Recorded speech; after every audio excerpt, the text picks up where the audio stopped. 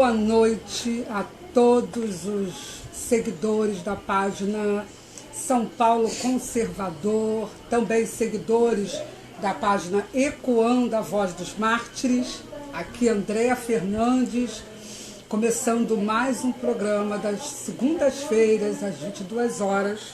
Começamos com um pouquinho atraso, né? Mas 22 horas, o programa Entenda Bem.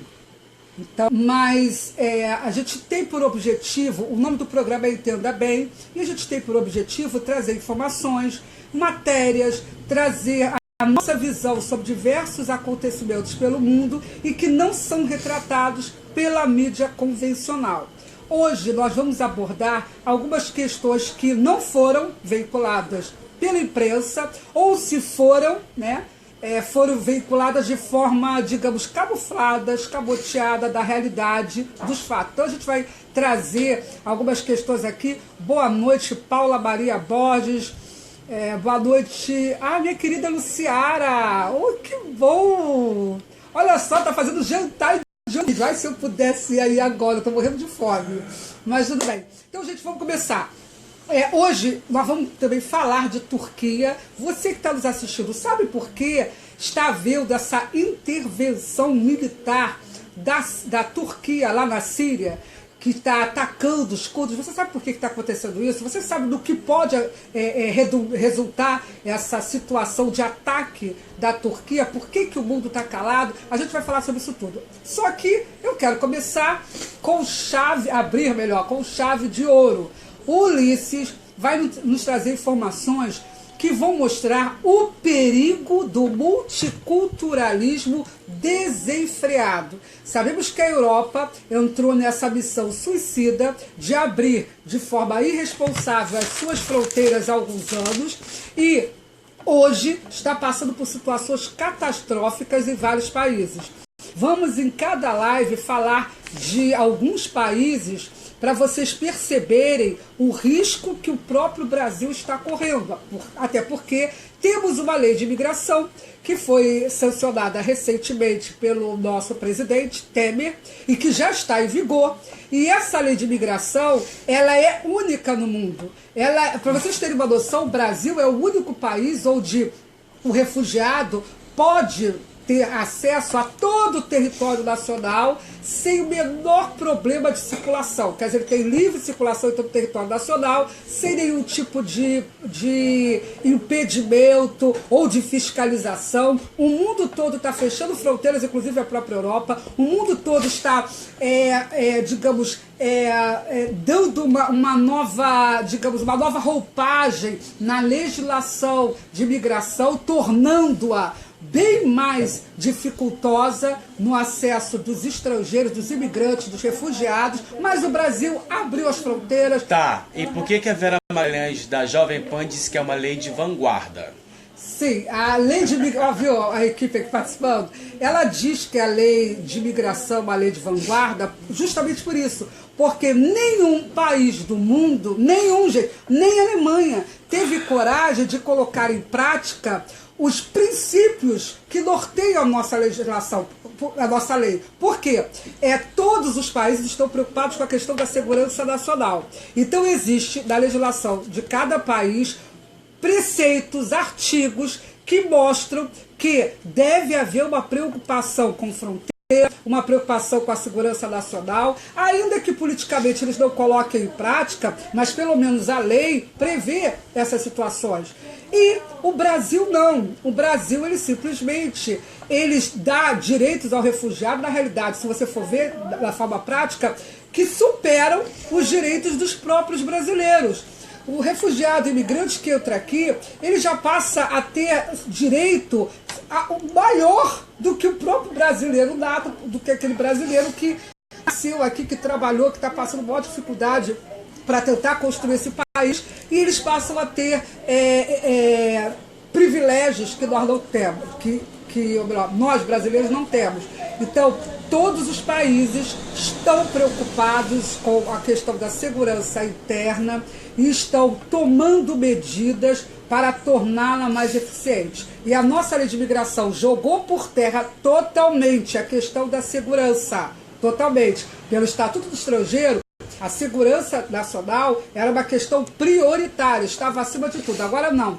Os princípios que norteiam são só de direitos humanos, dando toda a forma de regalia para imigrante e refugiado, e nós vamos ter que suportar os perigos, as ameaças da migração sem poder reclamar, porque um dos princípios garante a esses refugiados, a esses imigrantes, que você seja vilipendiado no seu direito de crítica, até porque, pela lei, nós não podemos criticar mais os refugiados quando eles trazem consigo qualquer tipo de cultura que aversa a nossa cultura. Isso que está acontecendo em vários países do mundo vai acontecer no Brasil, ou seja, a criminalização da crítica vai acontecer de fato aqui no nosso país.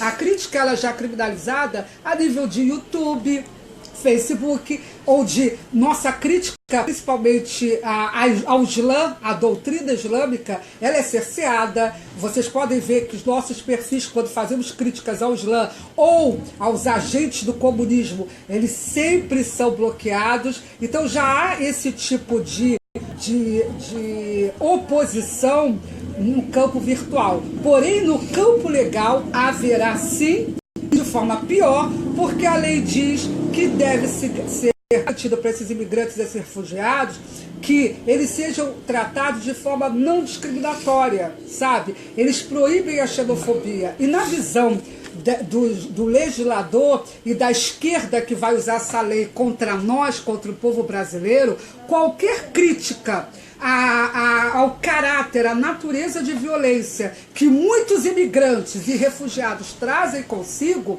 qualquer crítica à misoginia comum em países islâmicos vai ser considerada xenofobia, discriminação, e muito em breve estaremos sendo processados porque o brasileiro não acordou e infelizmente permitiu que essa lei entrasse em vigor. Então, a vanguarda é essa, brasileiro. A vanguarda é que a sua lei vai facilitar em muito o terrorismo, vai facilitar em muito a destruição da nossa soberania nacional, vai facilitar em muito colocar o brasileiro numa condição de subalterno dos interesses da agenda islamofascista que já está comandando, infelizmente, política de vários países. Então é lamentável que a ONU tenha se imiscuído nas nossas políticas internas, né, principalmente política migratória, e tenha determinado como deveria ser a lei, assim como outras ONGs financiadas por um certo cidadão aí,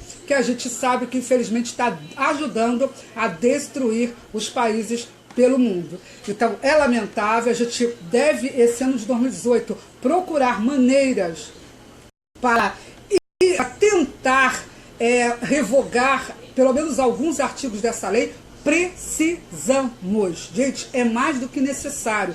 Essa lei de imigração, na minha concepção, é a pior lei dos últimos tempos aqui no Brasil. É a pior lei que entrou em vigor aqui no Brasil. Então você e eu precisamos nos unir para tentar ainda combater e revogar principalmente esses princípios que norteiam a política migratória do Brasil. Por essa política migratória, nós poderemos receber uma quantidade infinita de imigrantes, de refugiados. Não vai haver nenhum tipo de limitação. Quando os países todos estão limitando, a gente não tem limitação. Aliás, o governo nem informa quantos refugiados vai trazer aqui para o Brasil. A população fica totalmente à mercê das políticas absurdas desse governo. E por falar em políticas absurdas, tomamos conhecimento através do ativista Roberto Grobman. Boa noite, Claudivânia, Percival, Hitner, Isaac, pessoal, boa noite, Malu, boa noite a todos vocês. Eu aproveito e peço a vocês, por favor, dando like, compartilhando essa live, nos ajudando aí para divulgar o nosso trabalho. A página está passando por muita censura do Facebook, a nossa, né? Então eu peço a vocês que nos ajudem, vão lá, compartilhem em grupos. Eu tenho certeza que essa live vai ser muitíssimo interessante. Então, soubemos na semana passada, pelos jornais inicialmente, que o governo Michel Temer ia enviar mais de 700 mil reais para a igreja, para a Basílica da Natividade, onde seriam feitas reformas, né? Então, muitos criticaram nas redes essa posição absurda, porque, gente, vamos lá, um país onde 7 milhões de brasileiros, pelo menos foi esse o último dado que eu recebi, 7 milhões de brasileiros com fome, né? Um país que vive recessão, um país de milhões de desempregados, de repente você descobre que o governo, né, na pessoa dessa criatura, desse senhor que é o nosso presidente lá da Câmara, né? O senhor Rodrigo Maia, né? Que a gente não precisa nem comentar quem é esse senhor. Pois bem, ele tomou uma medida, ele tomou uma iniciativa absurda, de através de uma medida provisória, de forma completamente ilegal. Ele fez uma doação, né? Ele fez com que o Brasil se comprometesse a fazer uma doação para os palestinos, né? Os palestinos, tá? Não são os cristãos, não. Para os palestinos administrarem a graninha, quase 800 mil reais, que seriam utilizados para a reforma da Basílica da Natividade. Muitos reclamaram, mas o ativista Roberto Grogman, que mora em Israel, foi dar uma passadinha básica na Basílica, ficou até, combinou, né? Básica na Basílica, enfim. E descobriu, com a autoridade religiosa responsável, e também vendo a publicização, né? A placa onde tem os dados da obra, ele descobriu que a obra terminou em dezembro, que só falta fazer umas bobagenzinhas no chão que não daria nem R$1.000. Ou seja, descobrimos através de um ativista lá de Israel, não foi através da imprensa brasileira, né? Que a autoridade palestina corrupta, né, que não faz nada para ajudar o seu povo, e tudo bem, eles poderiam pedir recursos financeiros até para ajudar o povo que está em Gaza, passando por necessidade, porque o Hamas gasta seu dinheiro todo com terrorismo, mas não foi isso que ele fez. Ele disse que ia gastar numa basílica, né, na reforma, não gastou, porque em dezembro já terminou essa obra, e nós estamos aguardando o posicionamento do governo brasileiro para se manifestar sobre esta possível fraude. Está com toda a carinha, né, de fraude, e nós estamos aguardando. Muita gente compartilhou o vídeo do Roberto. Quem não compartilhou, a gente vai colocar aí o link. Compartilhe. Precisamos exigir do nosso governo um posicionamento firme contra essa fraude. Então, investigar se técnicos do governo, agentes do governo, tinham conhecimento dessa situação de fraude, porque se tiverem, devem ser, esses técnicos, né, esses agentes do governo também devem ser penalizados, e esse dinheiro deve voltar para os cofres públicos, ok? Agora, cadê o Ulisses? Que sumiu, gente. O Ulisses sumiu. Eu vou pedir para o Ulisses, para ele já iniciar. Já temos um número razoável de pessoas nos assistindo. Então, eu vou pedir já para ele começar a falar sobre o problema que vem gerando o multiculturalismo da Alemanha, né? Porque hoje nós temos, por exemplo, agora recentemente, mulheres alemãs foram para as ruas, né? Mulheres alemãs foram para as ruas depois de um crime de ódio, né? De um estupro seguido de morte praticado por um imigrante. Então, muitas mulheres foram às ruas, homens também, e fizeram uma marcha que aqui no Ocidente não foi divulgada. Vou colocar também o link aí.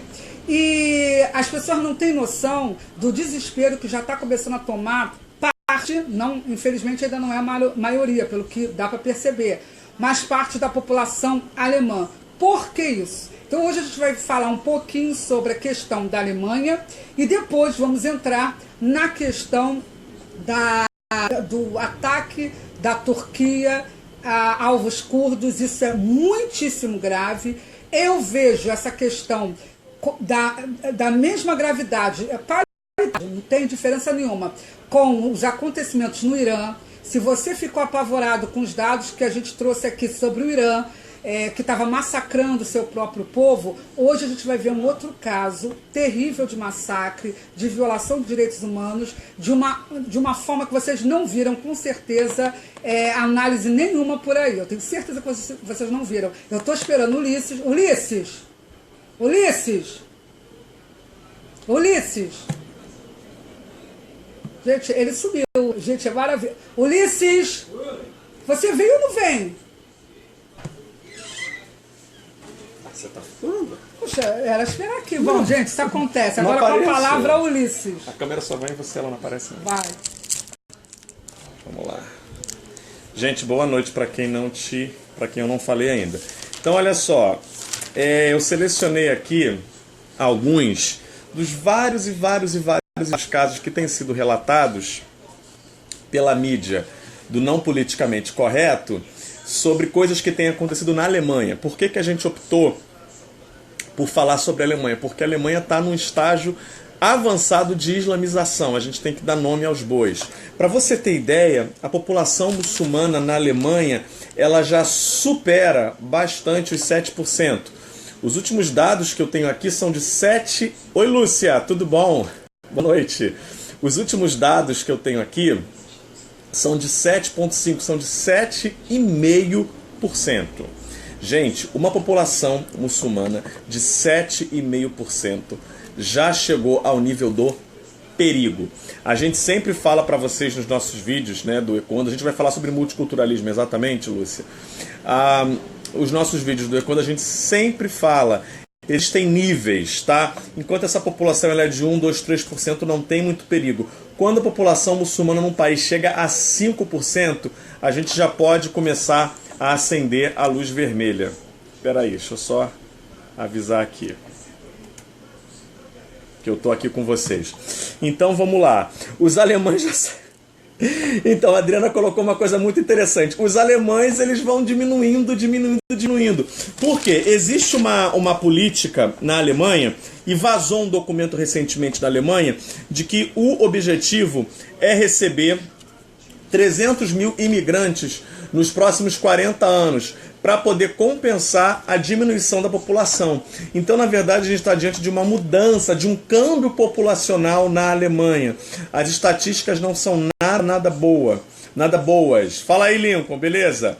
As estatísticas não são nada boas, tá? A ideia realmente é refazer, é substituir a população e acabar com toda a questão da própria cultura local. A situação ela é praticamente irreversível, tá? E a gente sempre tem que lembrar desses perigos dessa imigração, que na verdade é uma islamização. O muçulmano ele não vem simplesmente para se adaptar à cultura local, ele vem para fazer mudanças. O imigrante muçulmano, isso é para a gente saber também, que a gente corre esse perigo, ele não se vê como um local, como alguém que veio abraçar o novo país. Não, ele traz a sua cultura e ele quer essa cultura. Então nós não estamos simplesmente lidando com pessoas que vieram fugindo da guerra e buscar um novo lugar para morar, não. A gente está lidando com pessoas que vão se impor. Fala aí, Marcos, beleza, cara? Obrigado pela tua presença, Marcos. A gente está lidando com pessoas que vão se impor. Nós não estamos lidando com qualquer tipo de imigrante. E nós falamos, pessoal, eu sempre insisto, nós estamos lidando com islamização. Isso é colonização. Colonização, invasão, não é coisa do passado. Isso está acontecendo na Europa a todo vapor, tá? Então eu quero colocar alguns dados aqui, números, quero trazer números para vocês, dados aqui bem recentes, 2015, 16, 17 e 18. Já temos alguns eventos muito interessantes, já em janeiro de 2018. Fala aí, Leonardo. Araújo também, hein? Gente boa. Araújo é gente boa. Tem judeu lá atrás na família. Então, veja bem, já em janeiro de 2018, a gente já tem alguns problemas. Olha só. Vamos fazer um jornalzinho aqui agora. Paquistanês, agora em janeiro de 2018, acusado de estuprar uma mulher e com mais 5 acusações de tentativa de estupro em Berlim. Olha a desculpa que o paquistanês deu para acusação de estupro. Pois é, eu sou refugiado e é difícil arranjar namorada na Alemanha. Eles sempre dão umas desculpas escusas tá? A questão do estupro tem sido muito forte. Nos grandes eventos de Ano Novo, por exemplo, a polícia se posiciona, porque todo mundo sabe que em 2015 houve uma sessão coletiva de estupros, né, em Colônia. Eles se reuniram em volta das mulheres para estuprá-las, e a gente não pode nunca se esquecer. É difícil da gente entender isso. Quando a gente fala, as pessoas ficam... Por quê? Porque isso não entra na nossa cabeça, mas é verdade. Eles veem a mulher que não anda coberta como se essa mulher estivesse pedindo para ser estuprada. Por quê? Aí vão pegar a base. Porque lá na época de Maomé tinha a seguinte situação. Era um contexto de muita violência, então eles falavam o seguinte, lá no Corão fala: cubram as mulheres. Mulheres devem andar cobertas para não serem estupradas, para não serem violentadas. Ora, se de acordo com o Islã, de acordo com o Corão, a mulher tem que andar coberta para não ser estuprada, eles interpretam a mulher andar sem o véu como sinal de quê? De pedido de estupro. Essa mulher não se cobre. Ela está pedindo para ser estuprada. Por isso, tanto estupro, gente. A história do Islã é uma história de ataques. Eu sempre falo para vocês, quando a gente estuda, né, a gente vai ver a história... você vai ver, por exemplo, aqueles haréns que a gente ouve falar de modo tão romântico, aquelas mulheres que ficavam dançando. Quem eram aquelas dançarinas dos califas? Eram mulheres que eram sequestradas do Oriente Médio, do Norte da África e da Europa. Eram mulheres cristãs que eram prisioneiras de guerra. E eles sequestravam aquelas mulheres, e aquelas mulheres tinham que se prostituir, tinham que ser prostitutas. Então o Islã, ele tem muito essa história de violência com relação à mulher. Esse negócio de que o uso do véu, o cobrir o corpo é algo libertário, isso é mentira. Elas são obrigadas, elas são... Isso é lavagem cerebral que elas têm desde cedo. E detalhe, se a mulher quiser descobrir o corpo, ela não pode, ela não consegue. Então não tem tanta liberdade quanto parece. Aí não. Então vamos lá, esse paquistanês falou: olha, eu tô aqui na Alemanha, é difícil arranjar namorada. Essa foi a desculpa dele para o estupro. E para as 5 tentativas de estupro dele. Vocês estão entendendo? O cara tenta estuprar. Não, mas é tão difícil arranjar namorada aqui, né? Então vamos lá.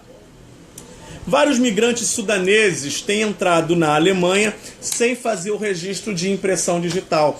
Eles não estão sendo obrigados a fazer o registro, a colocar a impressão digital. Resultado, eles vão passando de cidade em cidade com múltiplas identidades, se beneficiando do estado de bem-estar social do país. Eles vão pegando dinheiro, vão se alojando em várias cidades, porque não tem registro. Eles não são obrigados a colocar a impressão digital e eles vão se alojando. O que a gente está percebendo é que existe toda uma conivência do governo.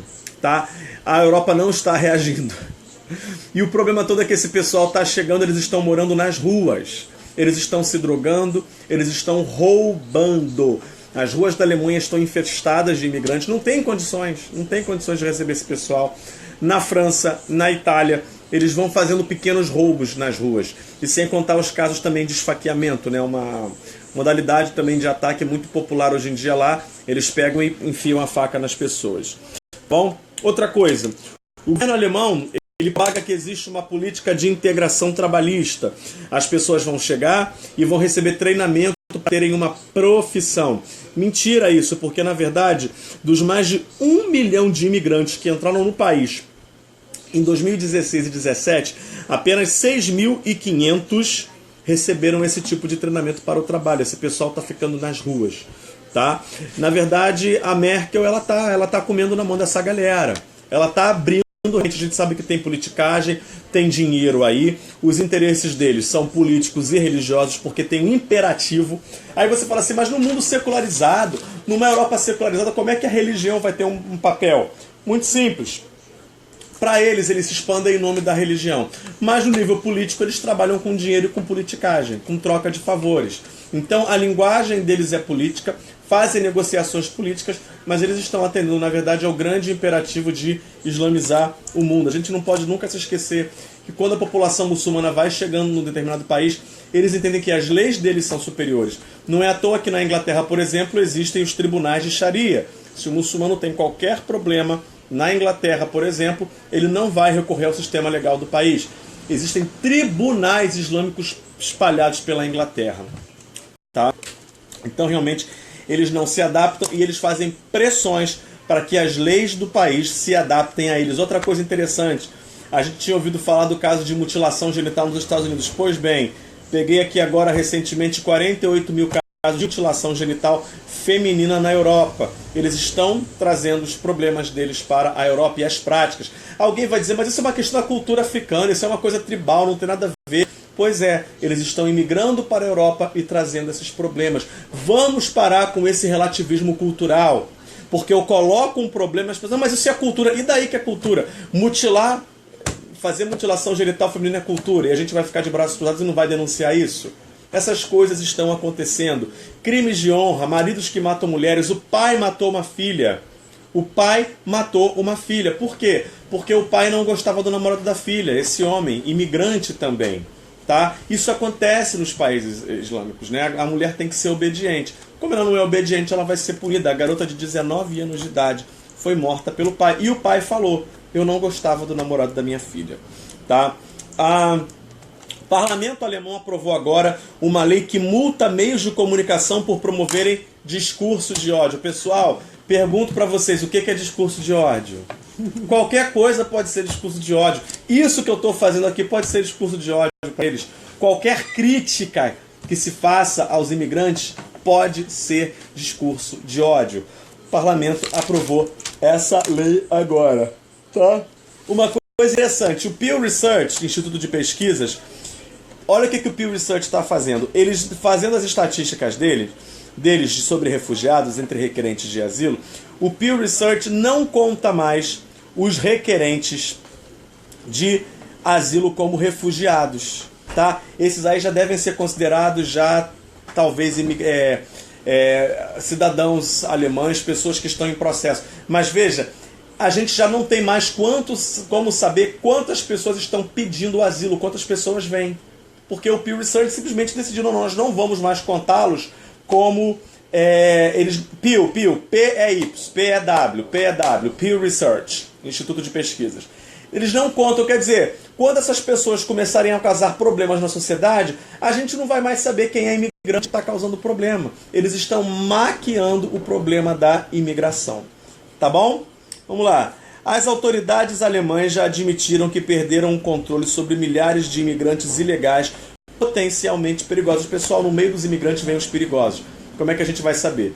Há algum tempo, a Alemanha tinha aquele discurso de fazer um controle, estamos atrás, estamos seguindo o rastro dos perigosos, dos criminosos em potencial. Só que o governo alemão já admitiu que não tem mais controle sobre isso. Eles perderam o controle. E não adianta vir com esse discurso, mas é uma minoria. E daí que é minoria? Essa minoria está causando problemas na Alemanha. E vai causar problema também se alguma coisa não acontecer aqui nesse país. Estão causando problemas nos Estados Unidos. Estão causando problemas na Austrália. Aonde eles vão, eles causam problema. E esse negócio de dizer que extremista é 0,00006%, isso é mentira. Porque esse 0,0006% são que estão lá com uma arma na mão, lutando em nome do ISIS. Mas existem milhões de pessoas que apoiam essa galera. São pessoas que não vão fazer nada contra o extremismo. São pessoas que não vão fazer nada contra o terrorismo. Então esse negócio de dizer que é minoria, primeiro, isso não quer dizer nada. Segundo, ainda que seja minoria, o que a gente vai fazer? O nosso trabalho aqui, a gente está divulgando isso, porque a gente fala assim, poxa, mas vale a pena falar? Vale, porque se você for, por exemplo, aos Estados Unidos e na própria Europa, tem gente grande falando sobre isso. Existem pessoas alertando a população. Aqui no Brasil ninguém faz isso. Mas existem figuras como Bill Warner, como a Brigitte Gabriel, tem muita gente na mídia paralela e figuras políticas, por exemplo, na Europa, na Austrália, alertando a população, falando, as pessoas têm que se conscientizar. Porque enquanto a mídia tem um governo proativo com relação a esse pessoal, a população pode e deve se conscientizar. Porque a nossa também ela é ideológica, tá bom? Muito bem colocado. Não existe minoria radical muçulmana, porque a maioria pacífica faz sabe o que na hora que a minoria radical coloca as manguinhas de fora? Nada. Eles não podem fazer nada, até porque tem medo também. Então, na verdade, esse parâmetro, porque são pessoas de bem, existem milhões de pessoas de bem. Só que as lideranças não estão nem aí para isso. A fonte para a violência no Islã está dentro da própria religião. ainda que tenha pessoas que não pratiquem o mal. Então não adianta ficar falando esse discurso de que é uma minoria. Por quê? Porque a fonte está lá. Dentro das mesquitas existe todo um discurso de ódio com relação ao Ocidente, com relação aos judeus, com relação aos cristãos e aos infiéis. Eu tenho que lembrar para você que o mundo para eles é dividido entre casa do Islã e casa da guerra. Se você é muçulmano, você faz parte da casa do Islã. Se você não é muçulmano, você faz parte da casa da guerra e você tem que ser convertido ou, pelo menos, se submeter. Você tem que lembrar, a gente está diante do desafio da comida halal aí agora. A comida halal está se expandindo no Brasil. Existem marcas aí que estão colocando o selo de certificação halal na comida. Por que eu, que não sou muçulmano, vou ter que comer comida halal? Aí algumas pessoas falam, não, mas os judeus também têm a comida deles, só que judeus não querem tomar o mercado. Se você for ao supermercado, tem a prateleirinha lá de comida kosher, que é a comida que os judeus comem. Eles não obrigam ninguém a comer, eles não fazem a menor questão de entrar na indústria geral. Você sabia que a comida halal, para ter a certificação, existe um inspetor muçulmano que vai à empresa dar a certificação? Só que tem um detalhe, esse inspetor é pago. E sabe quem é que paga? Você que consome produtos halal. Aquele azeite Borges é um. A gente ligou essa semana para lá, algumas pessoas ligaram, mandaram um e-mail falando, olha, não quero saber de comer comida halal. Tá? O objetivo deles é entrarem. Por que eles não fazem uma indústria só para eles? O objetivo deles é dominarem todo o mercado. A comida halal é uma comida preparada de acordo com os preceitos da religião islâmica. Eles não podem comer qualquer tipo de comida. Eles não podem ter qualquer preparo nem de virgem, por exemplo. Então a comida halal segue os preceitos da religião islâmica. E detalhe, quem prepara a comida tem que ser um muçulmano. Ou seja, isso é fatia, isso é corte de mercado. Porque, na verdade, quem vai trabalhar fazendo comida halal nas nossas indústrias são muçulmanos especificamente. Ou seja, isso é protecionismo, porque se eu quiser me candidatar para trabalhar num açougue, por exemplo, eu não sendo muçulmano, eu não posso abater o animal de acordo com a comida halal. Então, na verdade, isso cria blocos no mercado. Isso é contra a nossa legislação, porque não pode haver discriminação religiosa. Mas para que haja comida halal, o muçulmano tem que participar do abate do animal, ele tem que participar da preparação da comida. Olha o problema. Então, quando vierem falar para você, não, mas os judeus também têm a comida deles, queridos, judeus não querem entrar. Judeus não querem entrar no mercado geral para que as pessoas comam a comida deles. O Islã, ele vai se impondo. Eles estão nos obrigando agora a comer. Ah, mas é só você não comer, tá? Só que eles estão entrando pelo mercado todo. A coisa chega a um ponto. A coisa chega a um ponto que todo mundo vai ter que se submeter a esse negócio. Por quê?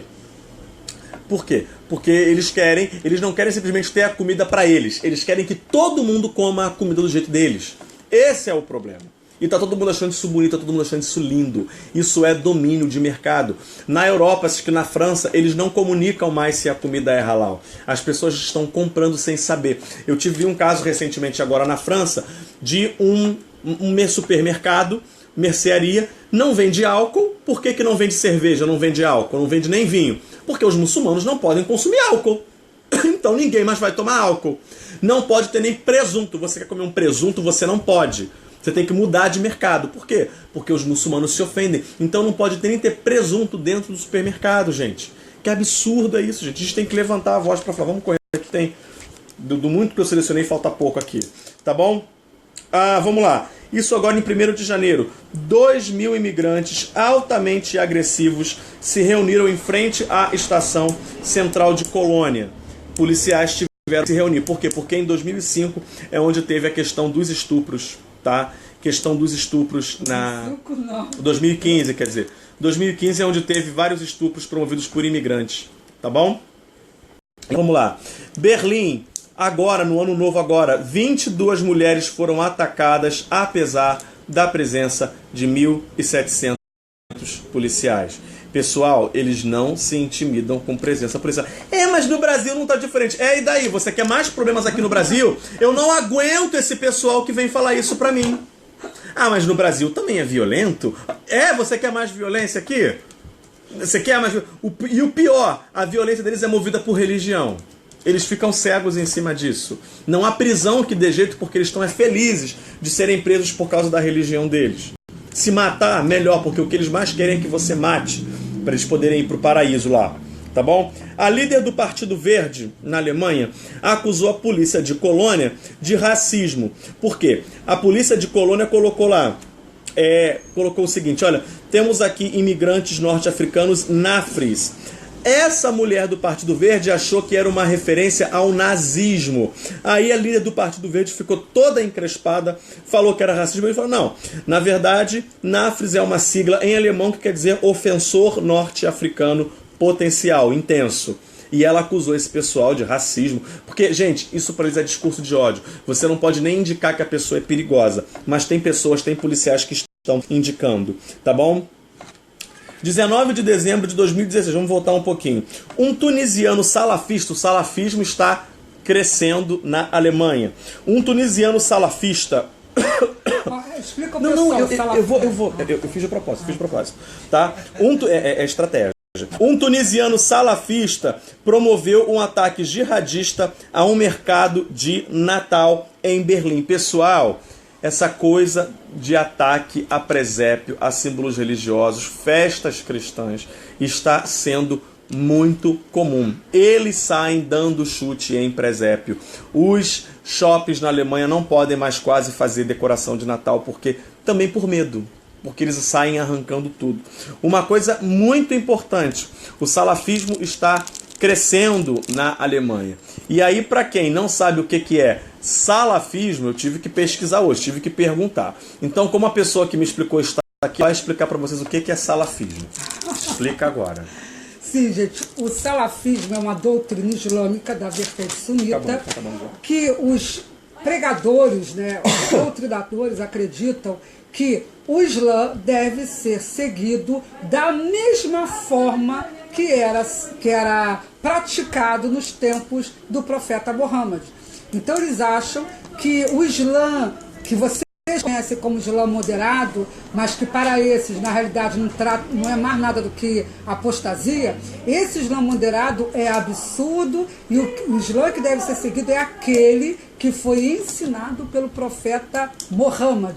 Ou seja, por isso é que muitos acreditam que a mulher, se ela andar com decote ou se andar com uma saia curta, ela deve sim ser estuprada. É por isso que eles acreditam que o depoimento de uma mulher não tem paridade com o depoimento de um homem no caso de processo. É por isso que eles acreditam que podem crucificar pessoas hoje, que podem, por exemplo, enforcar homossexuais, como acontece no Irã, e também a execução por pena de morte, também na Arábia Saudita, porque eles acreditam que o profeta Muhammad foi o melhor exemplo, foi aquele que trouxe a verdade revelada de Alá. E essa verdade não deve ser corrompida pelo passar dos tempos, por novas visões, né? A gente sabe que em várias religiões houveram muitas mudanças, mas no Islã não. Para os salafistas, o Islã deve se manter íntegro, mesmo o Islã de mais de 1400 anos atrás. Esse é o salafismo que está destruindo parte do mundo muçulmano e agora está com os seus tentáculos na Europa.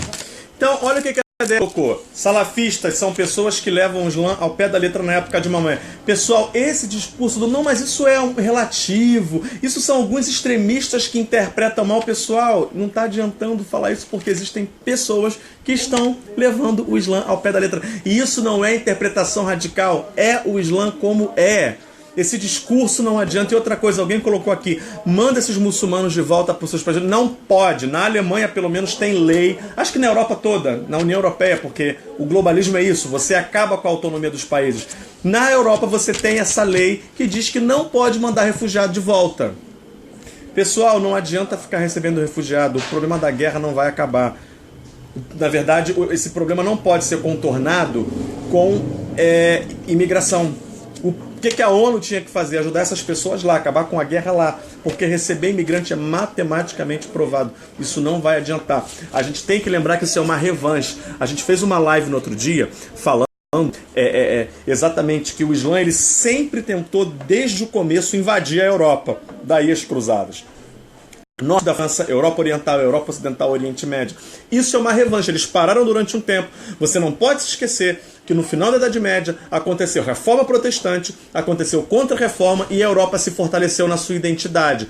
Agora que essa identidade está se enfraquecendo, eles estão aproveitando. Então a história do Islã é uma história de invasão. Pessoal, você acha coincidência que Maomé tenha saído de Meca com poucos discípulos e quando ele morre ele tem mais de 1000 não sei quantos discípulos? Porque foi exatamente na época que ele começou a fazer guerra.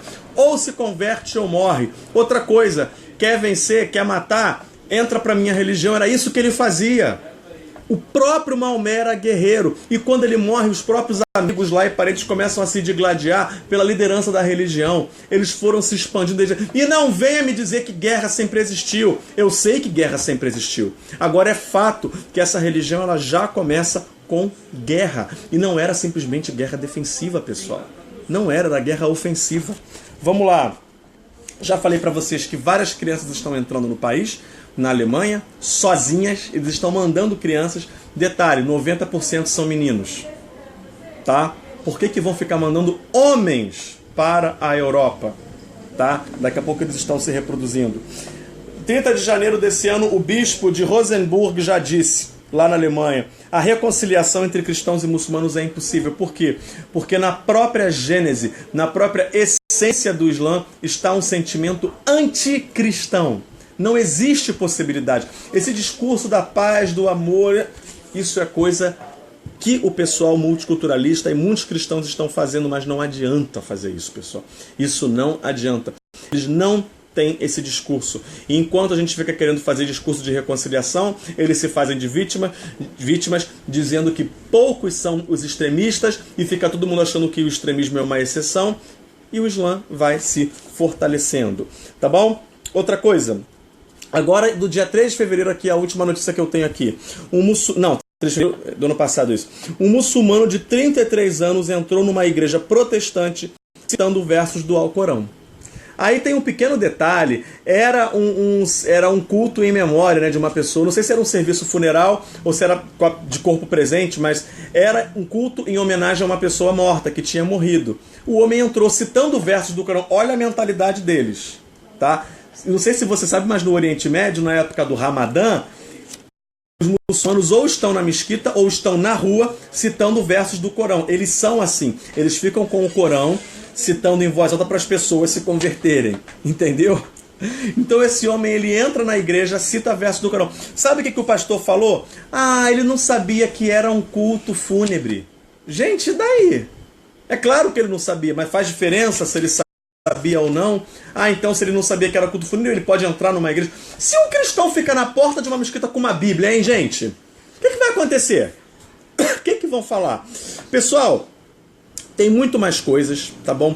Muito mais notícias. Você pode entrar, deixa eu dar aqui a referência para vocês. Tem muita coisa para vocês pegarem aí na net, tá?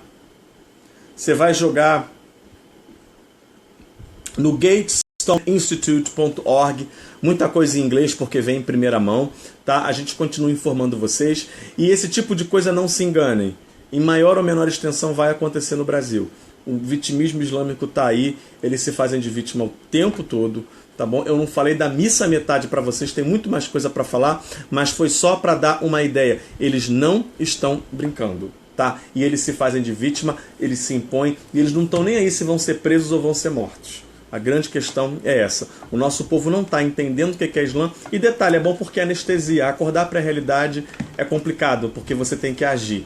E as pessoas não querem acordar. E outra coisa, a Sharia, a lei islâmica, ela vale o tempo todo. Ela não vale apenas em países que têm essa lei oficialmente, até porque ela é uma lei religiosa. Então ela vale o tempo todo. E vou falar uma coisa, sabe quem sofre de cara com essa chegada de imigrantes? As mulheres, tá? Porque eu já falei pra vocês, existe fundamento no Islã para estuprar mulheres. Beleza, gente? A gente continua aqui, vamos continuar com a Déia aqui, que ela tem mais coisa pra falar pra vocês. Tá bom? Bom, voltei, tá? Voltei. Eu queria começar... Começar. Eu voltei, queria voltar, tá ótimo, né? Fazendo uma pergunta pra vocês, que vai demonstrar como a nossa mente está sendo trabalhada pela grande mídia para a gente não ter conhecimento de coisas graves que estão acontecendo pelo mundo, tá? Ô, minha querida a bloqueada. Olá, bloqueada, minha linda TT, linda. Bom, então, vamos lá. Eu pergunto para vocês, qual é a maior nação apátrida do mundo? Vamos ver aí quem consegue me responder primeiro. Quem é? Ô, Miriam, tudo bem? Miriam, Lúcia, gente, ó, tudo bem? Adrianinha, que está comentando bastante, pessoal todo que está aí nos assistindo. Alguém pode me dizer qual é o maior povo apátrida do mundo? Ou seja, aquele que não tem pátria, uma nação que não tem pátria, né? Alguém sabe? Ó, já falei, Fernando, a apátrida é o povo que não tem uma pátria. Território. Tá? Cadê Lúcia Almeida? Não sabe. Pois bem, então eu vou dizer, porque quando se fala em apátrida, a gente vê que a ONU só está preocupada, e vocês vão ter certeza a partir do momento que eu der 2 exemplos de apátrida, que são os mais conhecidos, vai ser justamente, Miriam, Melinda, o caso dos chamados palestinos, que eu vejo de forma totalmente diferente, não vou entrar em detalhes agora, mas eu vejo de forma diferente. Então eles são chamados de apátridas. E também os Rohingyas, eles estão muito famosos porque a ONU está muito preocupada com a situação que vem acontecendo com eles, porque muitos extremistas de Rohingyas atacaram há anos, vem atacando há anos o governo e o povo da Birmânia, de Myanmar, né, lá na Ásia. E, assim, o governo está agindo de uma forma muito enérgica, não somente contra os extremistas, mas também contra as mulheres, crianças, está fomentando estupro, queimando vilas inteiras, enfim. Então, por causa dessas violações de direitos humanos, a ONU, que sempre se preocupou mais em proteger comunidades muçulmanas pelo mundo e deixar ser destruídas as cristãs e as demais, então a ONU fez uma campanha muito grande a nível mundial para dar visibilidade aos muçulmanos rohingyas que vivem lá na Birmânia. Vocês já devem ter ouvido falar, né? Então, o problema ali é sectário, porque infelizmente os muçulmanos se levantaram contra o povo em Myanmar, que a maioria é budista, tá? Atacaram, e o governo está agindo de forma muito enérgica e está realmente extrapolando. Então, assim, vocês só ouvem, eu pelo menos só ouço falar nisso, a nível de violações de direitos humanos, uma coisa assim sendo denunciada. A questão dos Rohingyas e a questão dos palestinos. Porém, a maior nação apátrida do mundo, o maior povo apátrida do mundo é, de fato, curdo. É o curdo. Vocês sabiam que os curdos são pelo menos de 30 a 40 milhões? É claro que são várias estimativas, mas a base é essa. Tem gente que diz que é mais, outros que dizem que é menos. Até porque os governos que oprimem os curdos, né?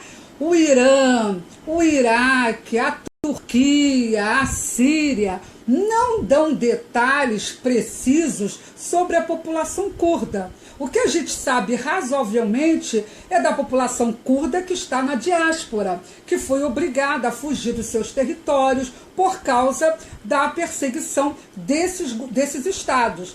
Então, os curdos são o povo mais perseguido, é o povo, infelizmente, são o maior número de pessoas, o povo que tem a maior população apátrida do mundo. E é uma questão que a gente não vê. Gente, eu fiz relações internacionais, nunca ouvi nenhum professor comentar e entrar em detalhes profundos sobre a questão curda. A questão curda é simplesmente nada para a ONU, é nada para o Ocidente e nada para o público em geral. Então, assim, o nosso objetivo com essa live hoje, já que eu vou falar um pouquinho da tristeza, do desespero que passam os curdos, eu quero falar para dar visibilidade a esse assunto e você, conosco, ser um potencial auxiliar, ajudador nessa questão que não, infelizmente, não está sensibilizando as pessoas. Então, Prestem bastante atenção. Então, já deixei claro que é na sua pátria do mundo e ninguém está nem aí. Ok. Segundo dado, todo mundo só fala no conflito israelo-palestino, na questão da formação de um Estado palestino, como se esse fosse o povo que há mais tempo está reivindicando essa questão. Não é verdade? Quando você vai ouvir falar qualquer jornalista, professor, em qualquer DCE aí da Terra, em qualquer centro acadêmico, dominado pelas esquerdas, porque isso é uma agenda, tá, que está comandando as universidades do mundo inteiro, quando você vai falar de questão de povo que precisa de formação de um Estado, povo que está sendo arrasado, que está há mais tempo aguardando a formação de um Estado, todo mundo vai dizer que é quem? São os palestinos que estão há tantos anos, né, esperando a formação de um Estado e não conseguem por causa de Israel e tudo mais. Só que isso não é verdade. O povo que mais está esperando a formação de um Estado à frente dos palestinos é justamente o curdo. Você sabia que desde o término da Primeira Guerra Mundial, quando o Império Turco-Otomano se esfacela, né, não teve condição de gerenciar os seus territórios, que tinha uma multiplicidade étnica muito grande, e os muçulmanos, no meio dos seus impérios, eles sempre colocaram a dignidade, que são os cidadãos de segunda categoria, né, sempre colocaram uma condição de extrema penúria, de extrema humilhação, e nunca o Império Turco-Otomano e os demais impérios nunca se preocuparam com a emancipação de povo algum, em dar direitos também a esses povos. Então o que ocorre? Quando termina, encerrado o Império Turco-Otomano, o Ocidente prometeu aos curdos, olha só, gente, o que aconteceu? Muito antes da questão palestina, né? Eles prometem que eles iriam dar um território para os curdos. Aliás, os curdos, eles sempre foram manipulados. A gente que conhece um pouquinho de história, eu não sou historiadora, mas gosto de ler, né?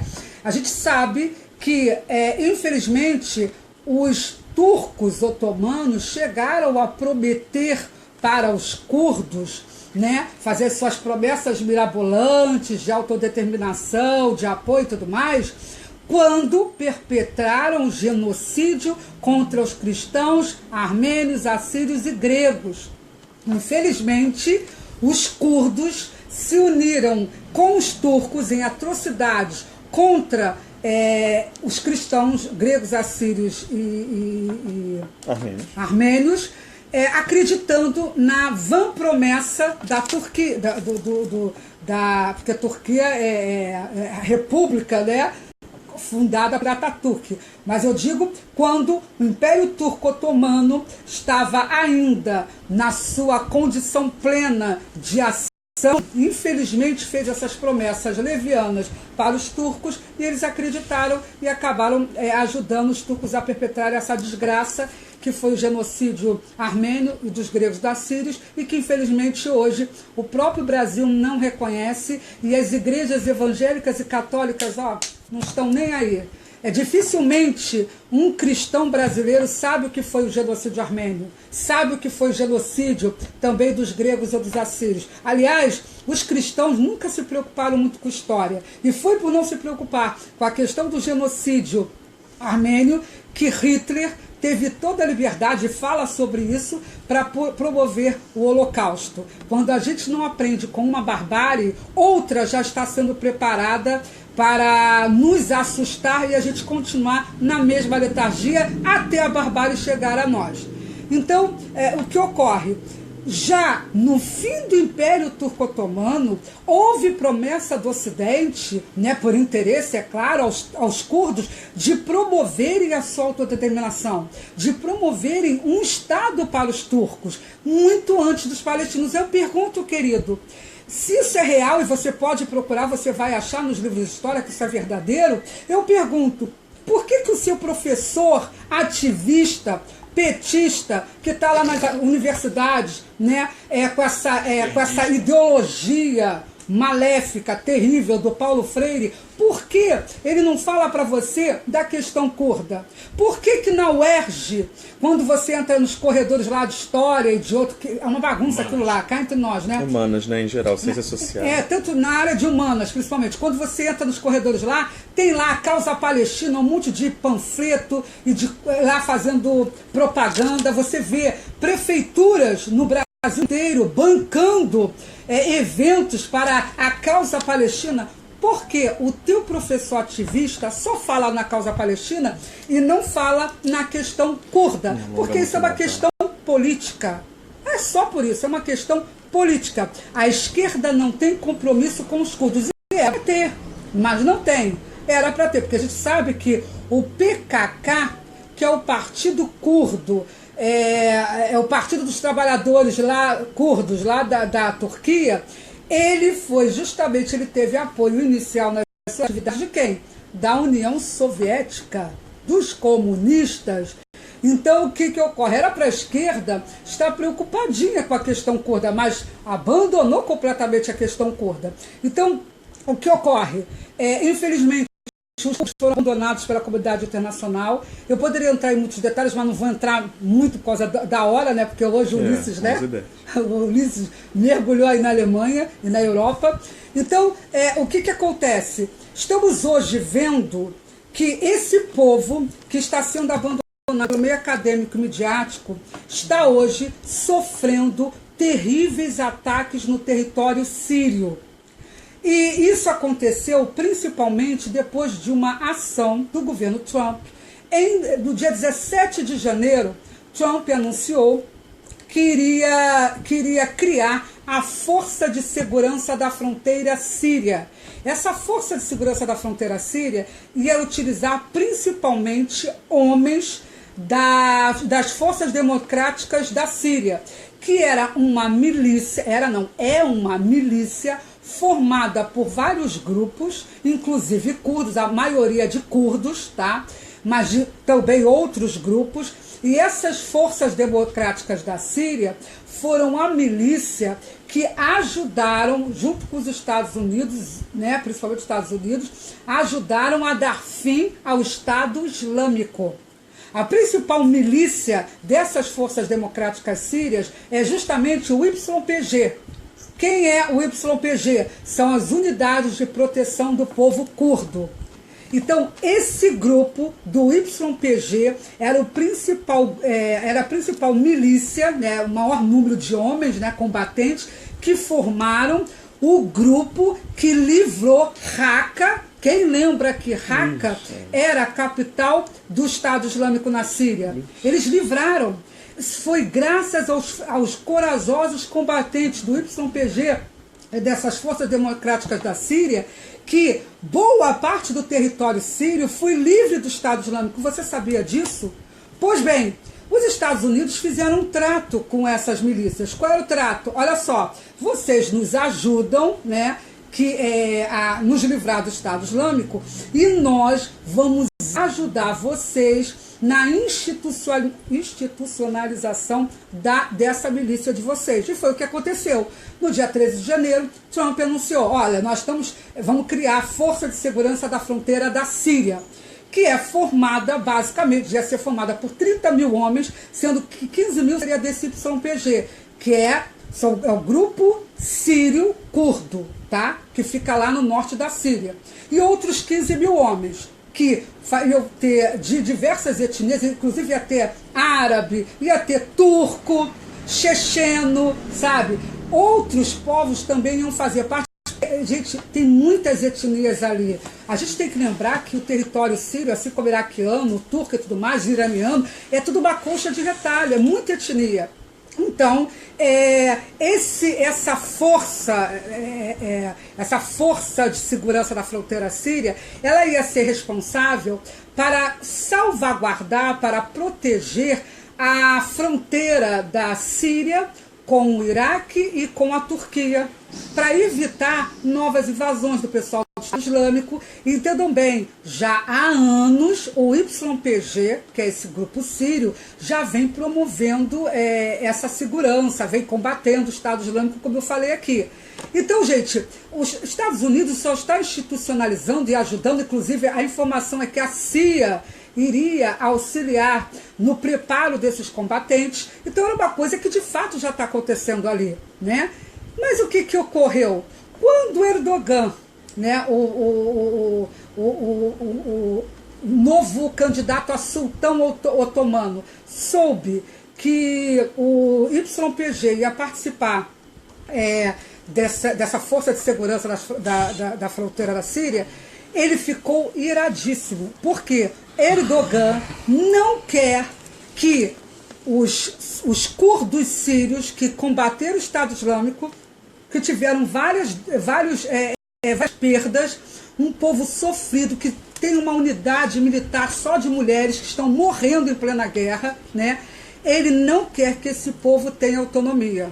Existem 3 grandes regiões onde estão alocados esses curdos, lá no norte da Síria. E o Erdogan não quer que esses curdos tenham autonomia, que protejam seu território. O Erdogan, assim como o Irã, quer ter a sua zona de influência na Síria e acabar com os curdos, como ele tentou fazer na Turquia e vem tentando fazer. Porque o que o Erdogan fez lá na Turquia, gente, é questão, tanto com cristão quanto com curdo, é questão, não sou eu falando, especialista, eu posso dar para vocês o link, de genocídio cultural.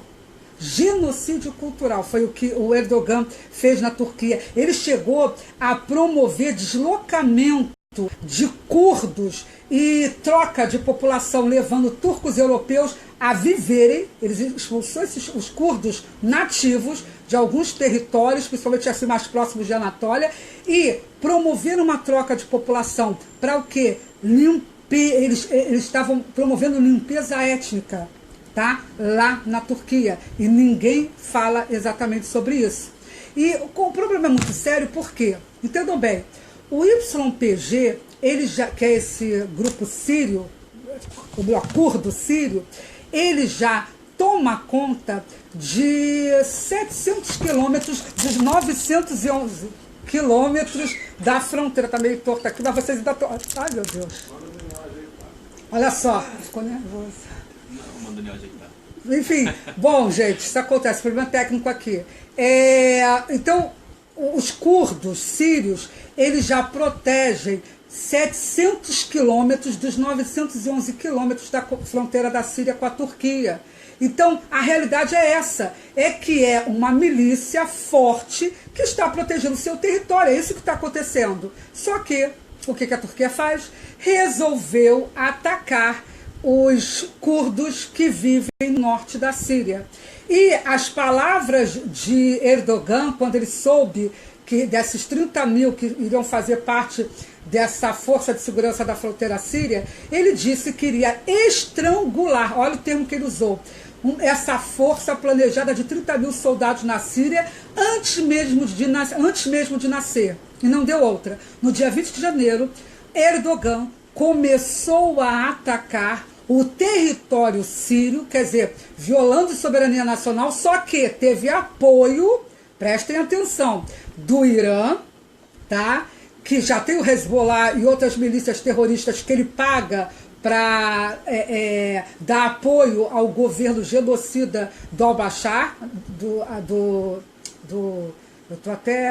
Assad, tá? E o que acontece?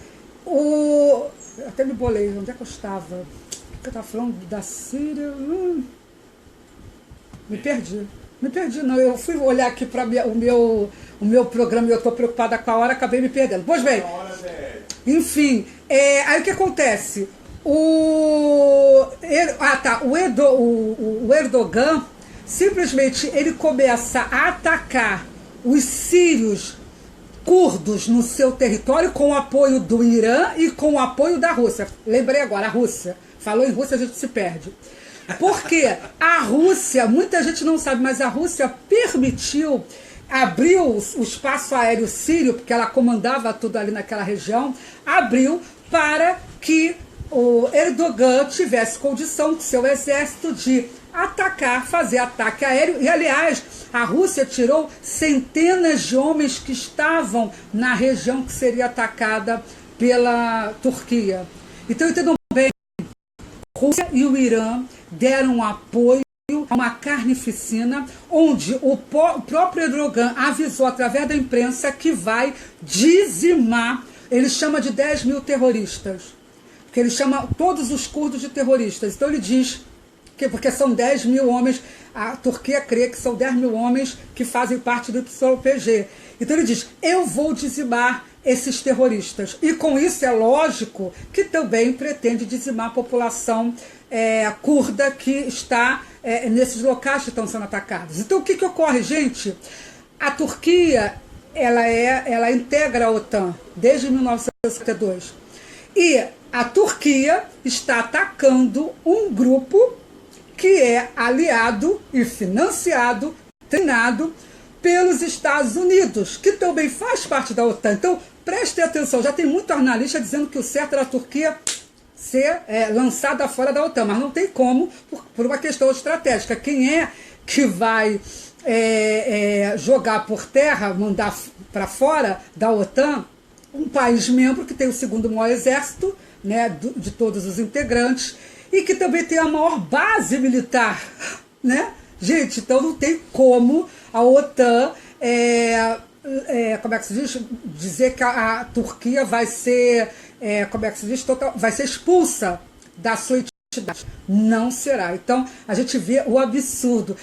Para fazer parte da OTAN, certo seria respeitar direitos humanos, coisa que a Turquia nunca fez e tudo mais. E agora, nós estamos nesse problema sério a nível diplomático, porque a Turquia está atacando um grupo que a ajudou, foi o principal a derrotar o Estado Islâmico, é o único grupo armado, prestem atenção, o YPG, que forma essas forças democráticas da Síria, é o único grupo armado hoje na Síria que não tem nenhum tipo de problema sério com o Ocidente, não tem rivalidade com o Ocidente. Os demais grupos, todos têm rivalidade com o Ocidente. Então, esse grupo que não atacou a Turquia, entendam bem, o YPG está protegendo o seu território e o seu povo, e vai à Turquia e está bombardeando, diz que já matou centenas lá, e o mundo está calado, e a ONU está calada,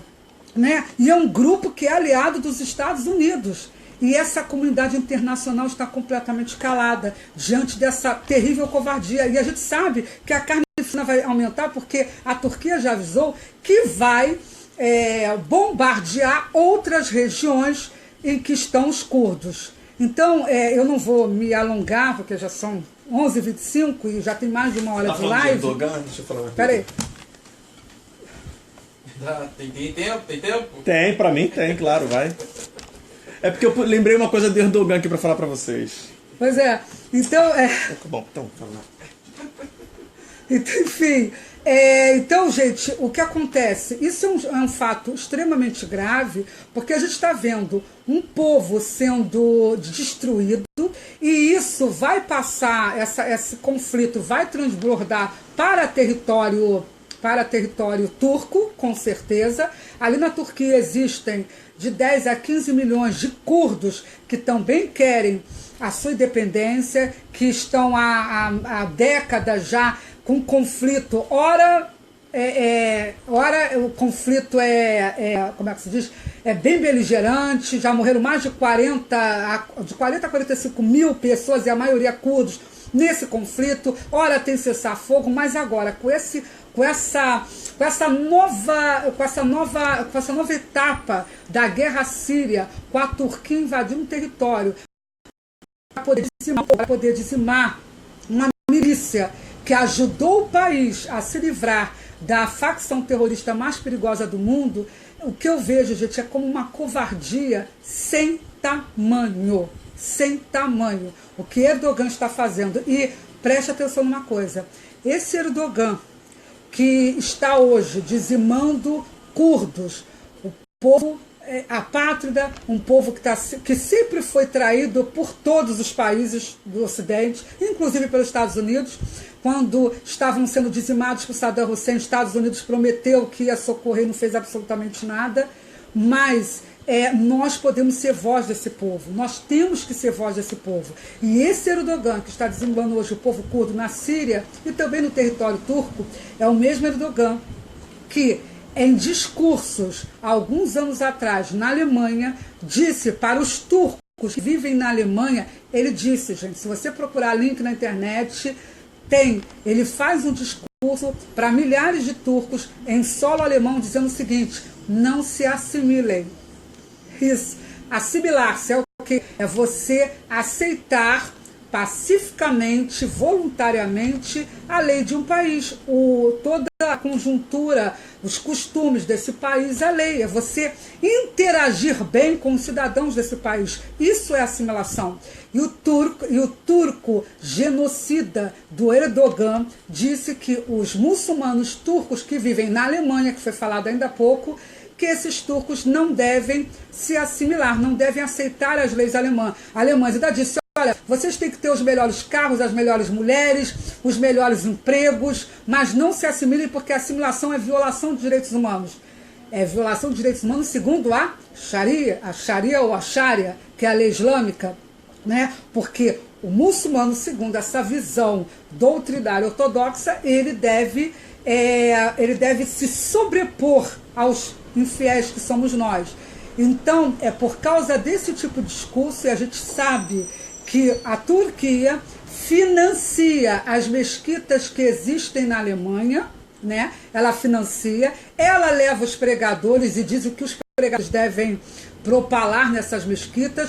E à toa que numa pesquisa de alguns anos atrás se verificou que dos 3.500.000 turcos que viviam na Turquia, pelo menos 35% queriam aquele Islã ortodoxo, sabe? O Islã da jihad, o Islã do terror, o Islã do medo, do pavor. Imagina, 35% dos turcos que estavam na Alemanha queriam esse Islã ortodoxo lá por causa das pregações que vinham recebendo das suas lideranças via Turquia. Então, Erdogan, esse homem que está fazendo a Europa se curvar, é um genocida. Ele não somente está aplicando uma política de islamização lá no território turco, desde 2000, eu não sei se foi 2013, eu estou com a data aqui, eu vou ver a data, isso, desde 2002, na realidade.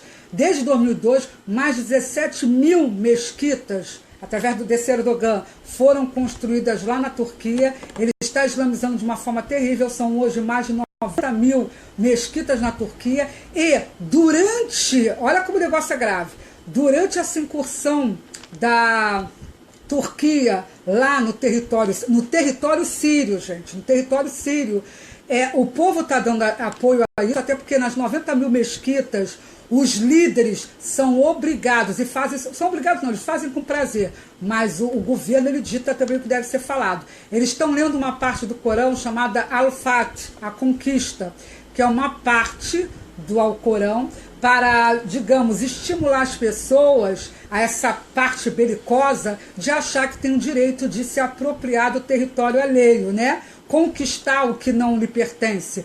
Porque aquele território onde vivem os curdos na Síria, lá no norte da Síria, Afrin e outros mais, não pertence à Turquia. A Turquia tem que sair de lá, a Turquia não tem jeito de atacar, né? E não adianta usar o Corão, um livro sagrado de uma religião, para poder legitimar algo que é usurpação, algo que fere o direito internacional, mas que nenhum analista dessa imprensa vendida à Sharia tem coragem de falar. É um absurdo isso, e é por isso que eu estou trazendo essas informações para vocês. Então, nas mesquitas, o discurso é esse, de conquista, e por causa disso, 81% da população turca está dando apoio a essa iniciativa genocida desse homem que disse que vai varrer os curdos ali do norte da Síria. Então, eu espero que você que assistiu, não vou me prolongar mais, eu espero que você que assistiu esse vídeo que você compartilhe com as pessoas e que você use a rede virtual também para divulgar a dor de outros povos, a dor dos curdos. Poxa, tanta gente fala a questão palestina, vamos falar na questão curda, que é muito mais grave. Sabe por quê? O curdo sírio, que está lá no seu território, né, ele não jogou bomba nenhuma. Ele não cortou a garganta de nenhum turco, ele não jogou bomba no território. Ele não está fazendo como os terroristas palestinos, que do seu território jogam bombas contra Israel, né, mísseis, cortam garganta de crianças judias, matam covardemente civis judeus. Os curdos lá no território sírio não estão fazendo isso. Os curdos estão em paz defendendo as suas famílias. E, mesmo em paz, vem essa potência genocida com apoio da comunidade internacional, que se chama Turquia, e está atacando esse povo inocente que ajudou a vencer o território, ou melhor, a vencer o Estado Islâmico. Então, eu queria, inclusive, terminar a minha fala hoje lembrando um caso de uma guerreira turca, uma guerreira curda, que morreu recentemente. No jornal Al Arábia, de hoje, ou melhor, de domingo, informou algo que me entristeceu muito, mas que eu quero trazer essa notícia para vocês, para mostrar a vocês o valor do povo curdo e o valor da mulher curda, né?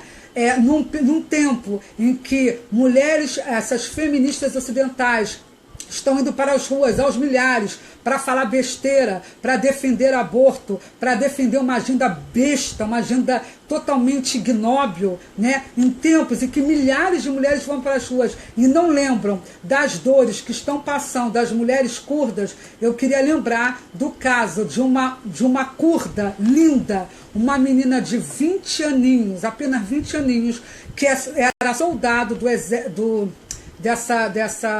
YPG, né? Mas da parte feminina, porque eles têm a parte feminina, e os curdos lá na Síria dão direitos iguais às mulheres, tá? Diferente dos muçulmanos, que não dão direitos iguais às mulheres.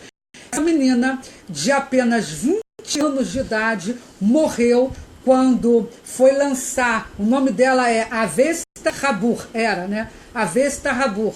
Com 20 aninhos, ela foi encarar um tanque da Turquia num dos seus ataques contra as aldeias, ataques covardes, porque a gente sabe que é um ataque que a gente chama no direito internacional, ou melhor, de segurança internacional, de ataque assimétrico, né? É uma guerra assimétrica. Eles vieram com um tanque contra a aldeia dela e ela foi lá defender a sua aldeia com granadas. E não se sabe se ela se suicidou ou se tentando jogar a granada, não se sabe ao certo. O Observatório Sírio para Direitos Humanos acredita que ela foi tentar, ela jogou a granada e não deu muito certo, e outros dizem que ela fez um ataque suicida. Não importa. O que importa é que esta jovem de 20 anos, curda, perdeu a sua vida de uma forma honrosa, tentando impedir o exército turco de avançar, e com isso destruiu um tanque e alguns soldados turcos foram mortos.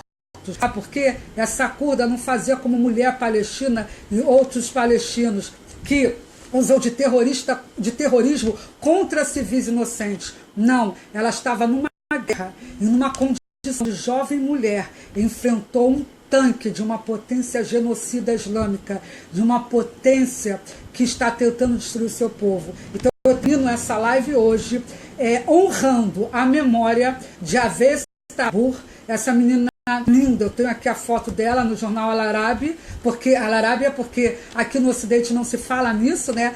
O exemplo de mulher para o Ocidente é Madonna. O exemplo de mulher, como é que aquela Anitta, aquela mulher depravada, né? O exemplo de mulher é tudo que um lixo moral, né, dessa agenda esquerdista determina como exemplo, né? Mas o exemplo de mulher, para mim e para aqueles que são cidadãos de bem e querem um mundo melhor, é Avesta Rabur, 20 anos, e que deu a vida para salvar a sua aldeia do extermínio, graças a esse novo império turco-otomano, né, que está nascendo aí nas mãos desse fascínora chamado Erdogan. E eu farei depois uma live para a gente falar sobre a questão dessa última marcha de feministas que houve no Canadá e nos Estados Unidos. Tá bom, gente? Então eu quero agradecer a participação de vocês todos aí, tá? Isso, Lúcia, os curdos dão direitos sim às mulheres, direitos iguais, né? Parabéns a eles por isso, né? Isso, Lúcia, essa jovem. Pois bem, então, gente, meu muito obrigada a todos vocês que participaram. O programa é Entenda Bem, porque a gente tenta destrinchar algumas questões referentes ao mundo muçulmano e a outras notícias que são referentes ao mundo islâmico e que a imprensa, infelizmente, não traz da forma que deveria trazer, tá? Explicando o que está acontecendo, tá bom? Então é isso, gente. Essa semana a gente ainda deve ter mais live pela página Ecoando a Voz dos Mártires. Creio que Venezuela essa semana ainda, né? Né, Dani? Creio que Venezuela, Dani e Matheus já estão preparadinhos, tá bom? Então, gente, olha... sim, Lúcia, eu vou te dar o nome dela. O nome dela é Avesta, A-V-E-S-T-A, Habur, H-A-B-U-R. Eu vou colocar o link dessa heroína maravilhosa, de um sorriso lindo, que morreu defendendo o maior povo apátrida do mundo, que é esquecido, ignorado, desprezado pela comunidade internacional, pela ONU. É lamentável, mas a ONG Ecoando a Voz dos Mártires também dá voz à população, ao povo curdo. Uma boa noite para todos vocês e eu espero que os curdos, né, que estão vivendo aí na diáspora, saibam algum dia que existe uma instituição aqui no Brasil que zela pelo direito deles. E a gente vai dar voz a essa minoria tão desprezada. Tá bom, gente? Então vamos nos levantar contra os genocidas do Irã, da Turquia e de tantos outros países árabes, tá bom? Muito obrigada pela audiência de todos vocês, uma boa noite, obrigada São Paulo Conservador, Wesley também, que é de uma filial aí da São Paulo Conservador, não me lembro mais de onde, que eu tô com a cabeça ótima, mais memória. Obrigada a vocês, a todos vocês aí que estão assistindo, tá? E o Ulisses também, tchau, vai dar tchau, Ulisses, boa noite, gente. Gente, muito obrigado, tá, por vocês que ficaram aí, nos aguentaram aí esse tempo aí. Obrigado pelo feedback, a gente vai pagar aí os temas que a gente está devendo para vocês. Obrigado mesmo, tá bom? E bom resto de semana aí para todos. Tchau, tchau, gente. Tchau, tchau.